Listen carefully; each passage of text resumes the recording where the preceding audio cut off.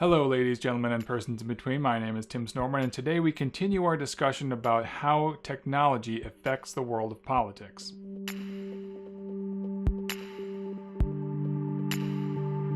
So last time we began taking a look at the relationship between technology and politics, specifically how technology affects the world of politics. We started with automation and then moved on to green technology and ended with blockchain technology, which, as I said, is going to help us with voter registration and combating voter fraud. And speaking of registering to vote, the next item on my list is biometric identification. Biometric identification is identifying who you are based on different physical characteristics, like a retinal scan or a thumbprint. I don't know why we don't use this today, but you can also be identified like perhaps a quick DNA scan.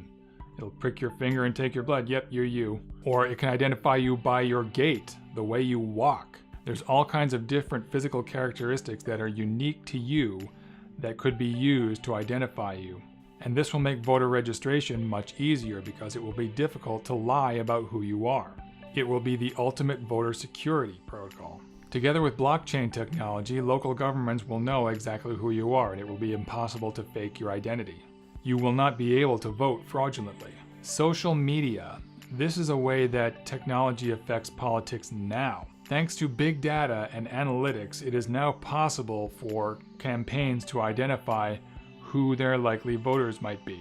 Big data is just a not so fancy word for the immense volume of data that is produced every day. Analytics is just how they analyze big data. You wouldn't believe how many YouTube videos are uploaded every day.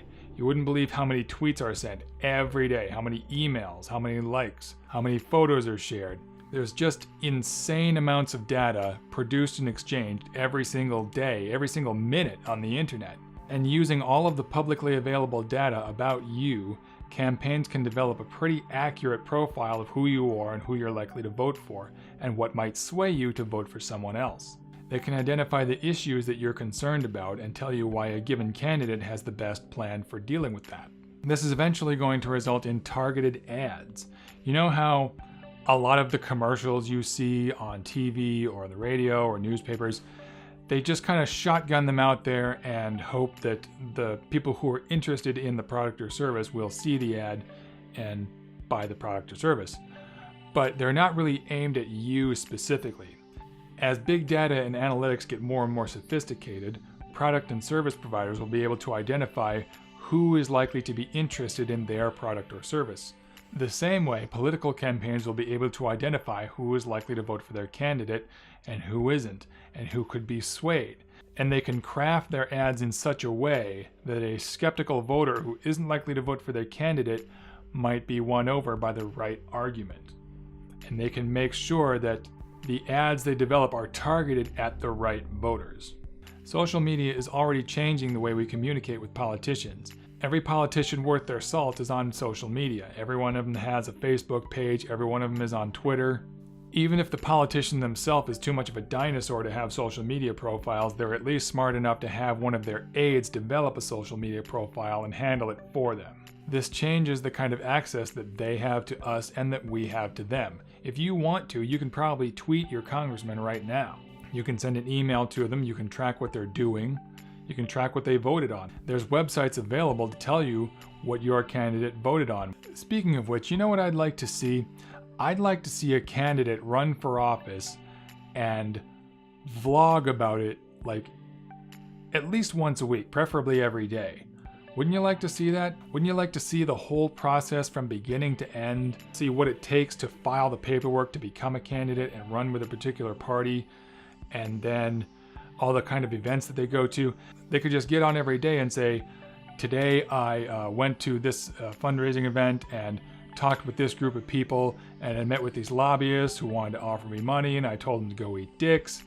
That would be a candidate for the new millennium. That would really show how social media savvy they are. And it doesn't have to be just during the campaign. It could be during their entire term of office. They could get on and say, hey guys, here's what I voted on today. Here's the people I met with. Here's what we're going to get done tomorrow. One way that technology affects politics is, again, given the social media presence, it requires candidates to stay abreast of new technologies and new trends. Candidates who don't stay abreast of new technologies and new trends will likely fall behind with younger voters. Online activism has become much more of a thing today. You can sign petitions, you can contact your congressman, you can join Facebook groups and meetups for particular causes, you can start websites for particular causes, you can raise money for particular causes.